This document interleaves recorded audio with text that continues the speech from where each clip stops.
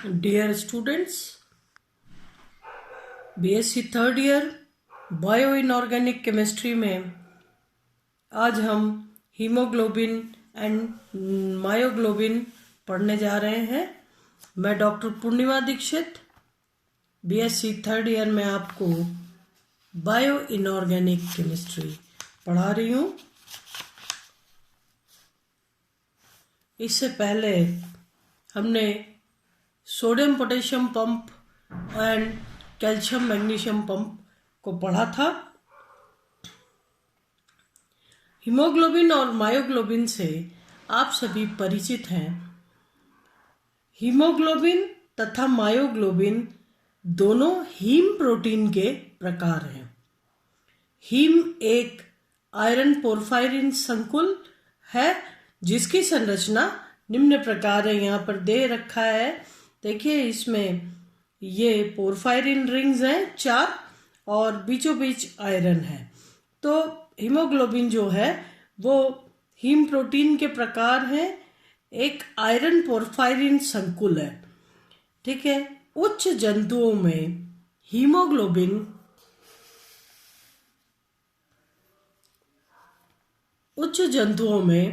Haemoglobin जिसको कि हम Hb से रिप्रेजेंट करते हैं एवं मायोग्लोबिन जिसको हम Mb से रिप्रेजेंट करते हैं, ऑक्सीजन के भंडारण एवं परिवहन के लिए उत्तरदायी है। ये आप वैसे भी कई सोशल मीडियाज पे सब जगह आप पढ़ते हुए आए हैं कि हीमोग्लोबिन की कमी से एनीमिया हो जाता है, अगर हीमोग्लोबिन कम हो तो सांस लेने में दिक्कत होती है, या ऑक्सीजन का लेवल कम हो जाता है, जल्दी थकान होती है।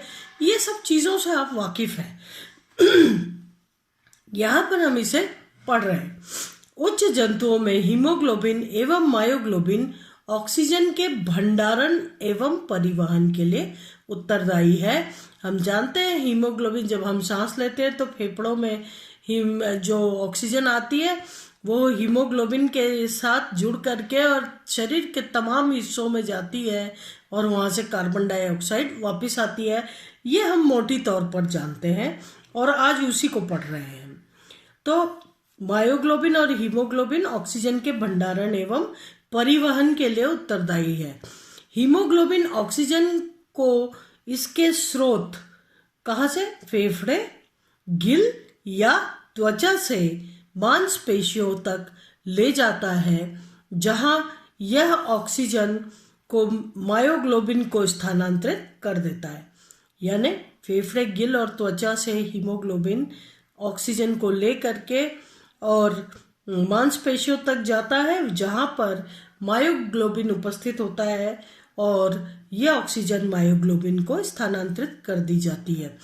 यहाँ ऑक्सीजन माइटोकॉन्ड्रिया में ऑक्सीकरण अर्थात श्वसन में प्रयोग की जाती है। आप वैसे भी पढ़ चुके हैं कि माइटोकॉन्ड्रिया जो है ये जो आपको ऊर्जा देता है, ये काम माइटोकॉन्ड्रिया का है, वही एनर्जी देता है। तो वहाँ पर मायोग्लोबिन के साथ माइटोकॉन्ड्रिया में दहन हो करके और इस तरीके से दहन हो करके जो है ऊर्जा देता है शारीरिक क्रियाओं के लिए। मायोग्लोबिन एकल की प्रोटीन, एकल की यानी मोनोमर, मायोग्लोबिन एकल की प्रोटीन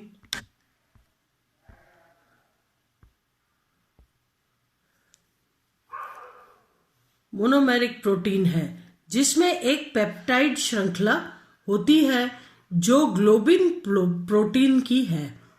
मायोग्लोबिन में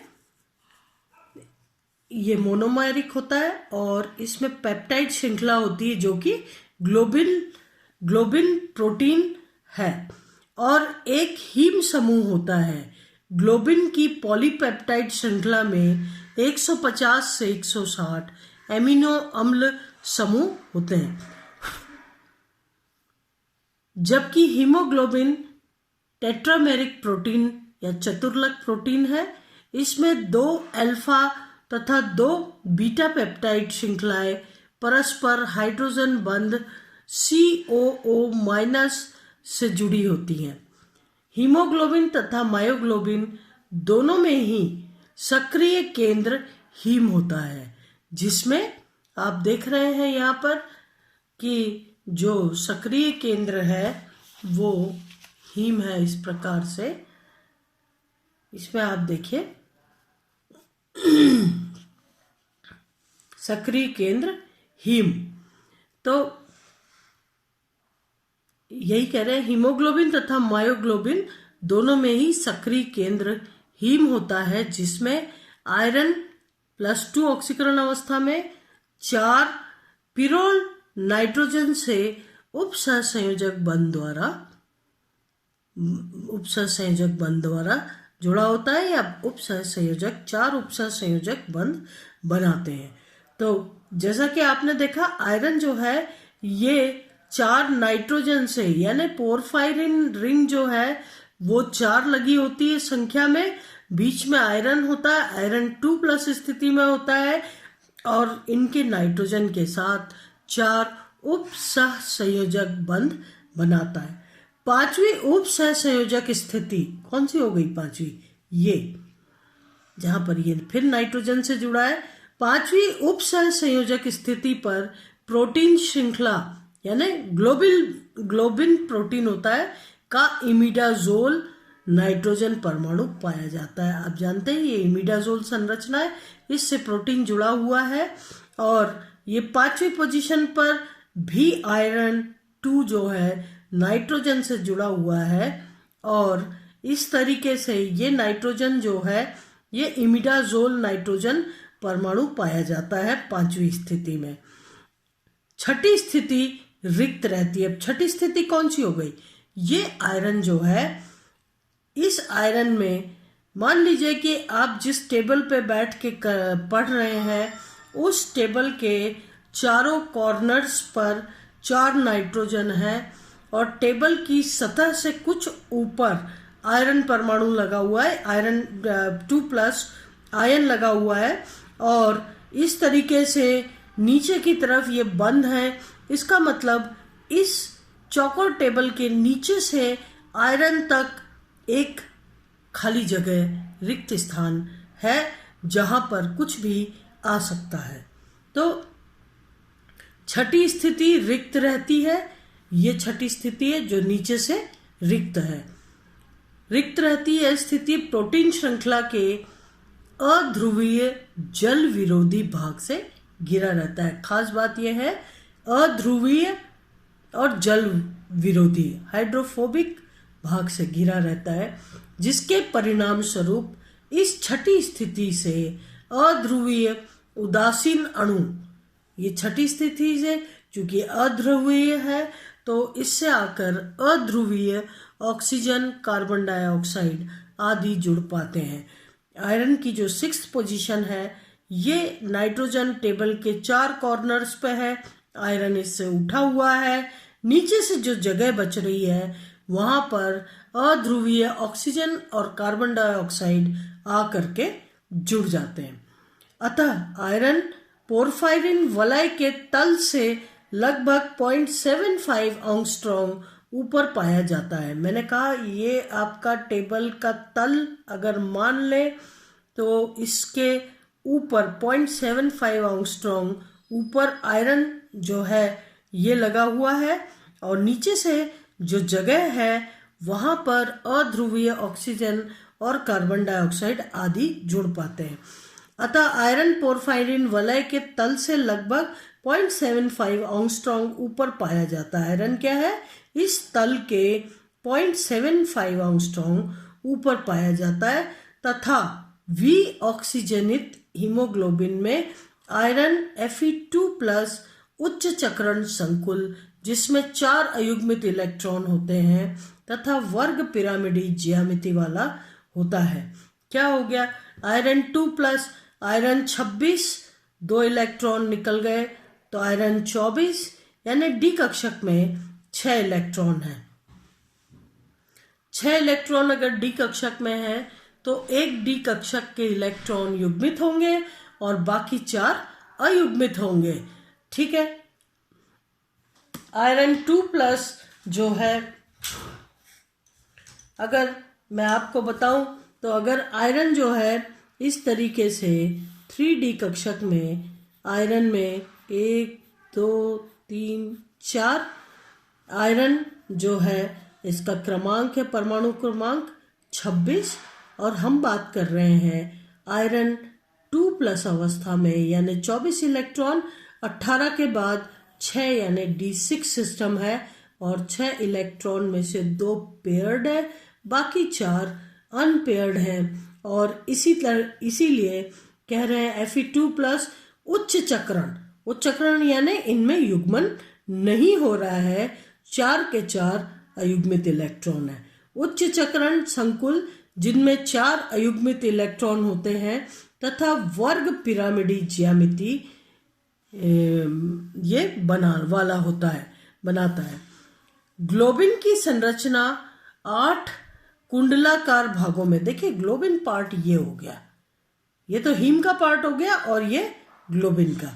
ग्लोबिन की संरचना 8 कुंडलाकार भागों की बनी होती है, जिसके 2 भागों के मध्य हीम समूह स्थित रहता है। ये हीम जो है इसके ऊपर ये 8 कुंडलाकार स्थिति में प्रोटीन पूरी रिंग होती है और इस आधा जो है 2 भागों के मध्य हीम समूह स्थित रहता है। इसके दोनों पार्ट आधे और आधे के बीच ये हीम समूह रहता है। ग्लोबिन प्रोटीन में 2 प्रकार के समूह, ध्रुवीय तथा अध्रुवीय जल विरोधी होते हैं। प्रोटीन का जल विरोधी भाग अंदर हीम समूह को घेरे रहता है, तो इसका जो जल विरोधी पार्ट है अंदर की तरफ, यानी ठीक इसके ऊपर और अंदर से इसको घेरे हुए रहता है।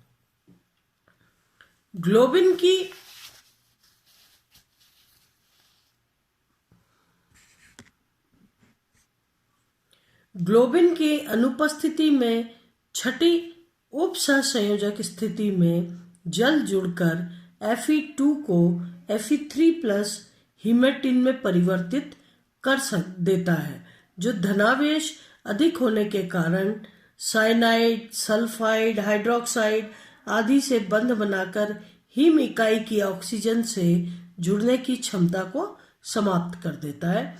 तो अगर इस प्रकार के वहाँ पर आयन्स उपस्थित है तो ये वर्किंग जो आयरन की है, हीमोग्लोबिन की जो वर्किंग है हीम की, वो खत्म हो जाएगी। ऑक्सीजन आयरन 2+ हीम की छठी स्थिति से जुड़कर निम्न चक्रण आयरन 2 अष्टफल की संकुल बना लेता है।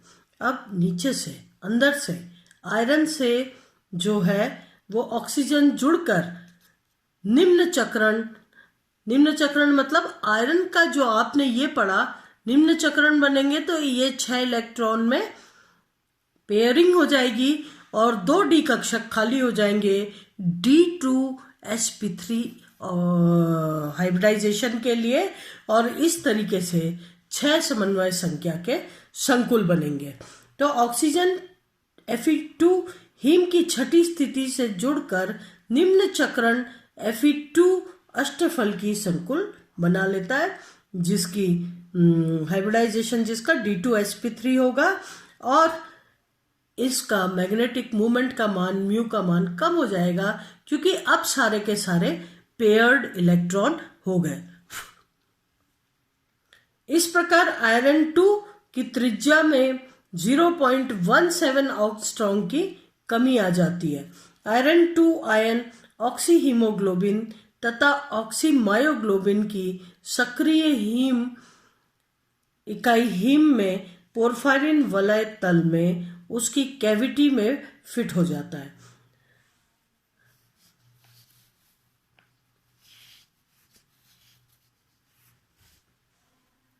क्या होता है?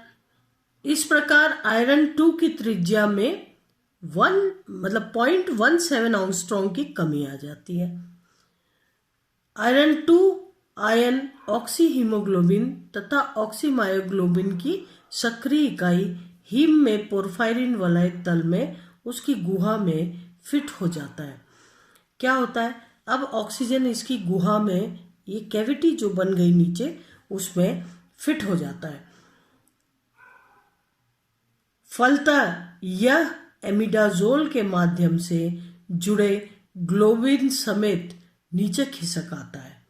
चारों उप इकाइयों में आपस में बंधित होने के कारण HB टेट्रामेरिक उपयुक्त प्रभाव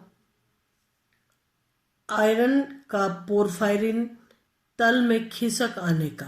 क्या होता है कि जब हीमोग्लोबिन जो है चारों उप इकाइयों के आपस में बंधित होने के कारण उपयुक्त प्रभाव शेष 3 उप इकाइयों में स्थानांतरित हो जाता है, जिसके कारण इन उप इकाइयों में हीम समूह के आयरन की छठी उप संयोजन स्थिति ऑक्सीजन से जुड़ने के लिए खुल जाती है।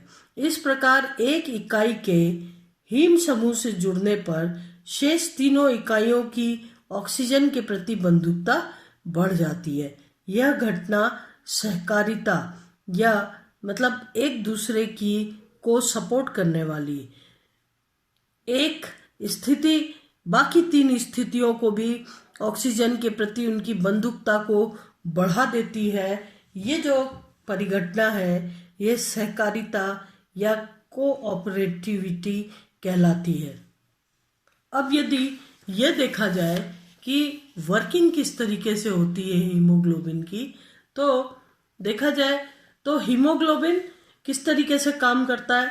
हीमोग्लोबिन तथा मायोग्लोबिन अपने प्रमुख कार्य ऑक्सीजन का परिवहन का तथा भंडारण निम्न पदों में पूर्ण करते हैं। फेफड़ों में आई ऑक्सीजन के साथ हीमोग्लोबिन संयुक्त होकर ऑक्सी हीमोग्लोबिन बनाता है। ये आप पढ़ भी चुके हैं पहले भी बायो में, और फिर इसको रिपीट कर रहे हैं कि जब फेफड़ों में ऑक्सीजन आती है तो हीमोग्लोबिन उसके साथ जुड़ करके ऑक्सी हीमोग्लोबिन बनाता है। रक्त परिसंचरण ब्लड सर्कुलेशन के साथ यह ऑक्सी हीमोग्लोबिन जो है शरीर के विभिन्न कोशिकाओं में पहुंचता है। ब्लड सर्कुलेशन के साथ विभिन्न कोशिकाओं में पहुंचता है। कोशिकाओं में ऑक्सी हीमोग्लोबिन अपनी ऑक्सीजन को मायोग्लोबिन को दे देता है। मायोग्लोबिन में ऑक्सीजन का भंडारण होता है तथा वहां विभिन्न उपापचयी क्रियाओं में आवश्यकता अनुसार ऑक्सीजन का उपयोग होता है। तो हीमोग्लोबिन का काम है कि वो ऑक्सीजन ले जाके मायोग्लोबिन को दे दे, और मायोग्लोबिन जो है वो विभिन्न जो मेटाबॉलिक एक्टिविटीज होती हैं उनमें आवश्यकता अनुसार इस ऑक्सीजन का उपयोग करती है।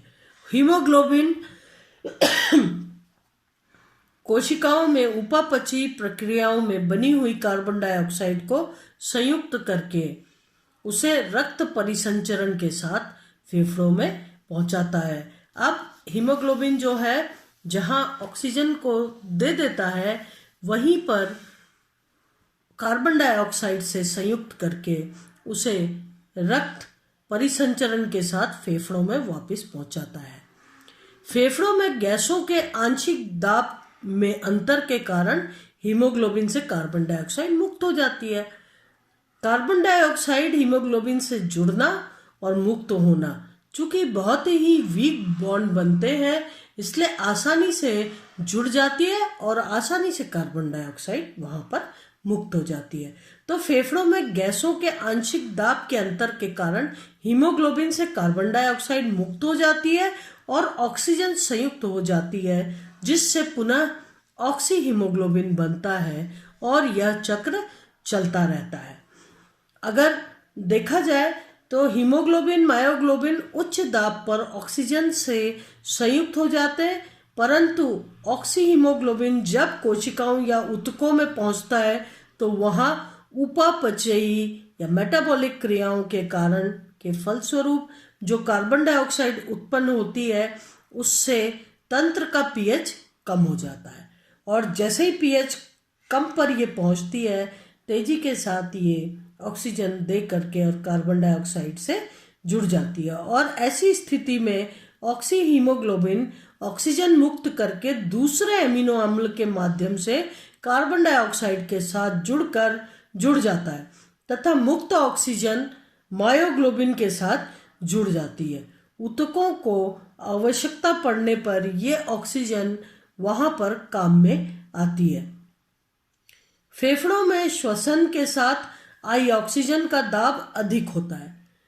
जब अपन सांस लेते हैं तो ऑक्सीजन का दाब अधिक होता है। ऐसी कंडीशन में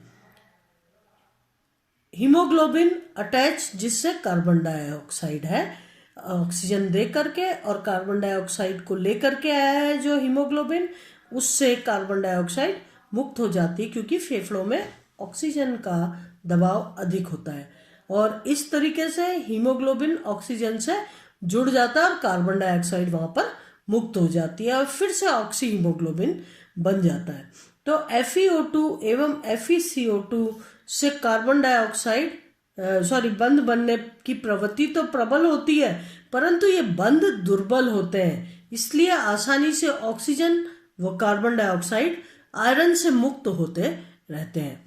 परंतु आयरन अगर वहां पर ऑक्सीजन की जगह कार्बन मोनोऑक्साइड हो, आपने कई बार ये एग्जाम्पल्स सुने होंगे कि रात को आग जला के सो गए और सुबह सारे ही लोग मरे पाए गए, क्योंकि जलने पर कार्बन मोनोऑक्साइड, कार्बन डाइऑक्साइड, अगर ऑक्सीजन की पर्याप्त मात्रा नहीं हो तो कार्बन डाइऑक्साइड बनने की जगह कार्बन मोनोऑक्साइड भी बन जाती है और ऐसी कंडीशन में सोते हुए लोगों के लंग्स में, जो फेफड़ों में सांस खींचने पर कार्बन मोनोऑक्साइड जा करके हीमोग्लोबिन से जुड़ जाती है और चूंकि प्रबल बंध होता है इसलिए इंसान का गला घुट जाता है और कार्बन मोनोऑक्साइड जो है वो आसानी से छूटती नहीं है, आयरन को ब्लॉक कर देती है और इसीलिए दम घुटने से इंसान की मृत्यु हो जाती है।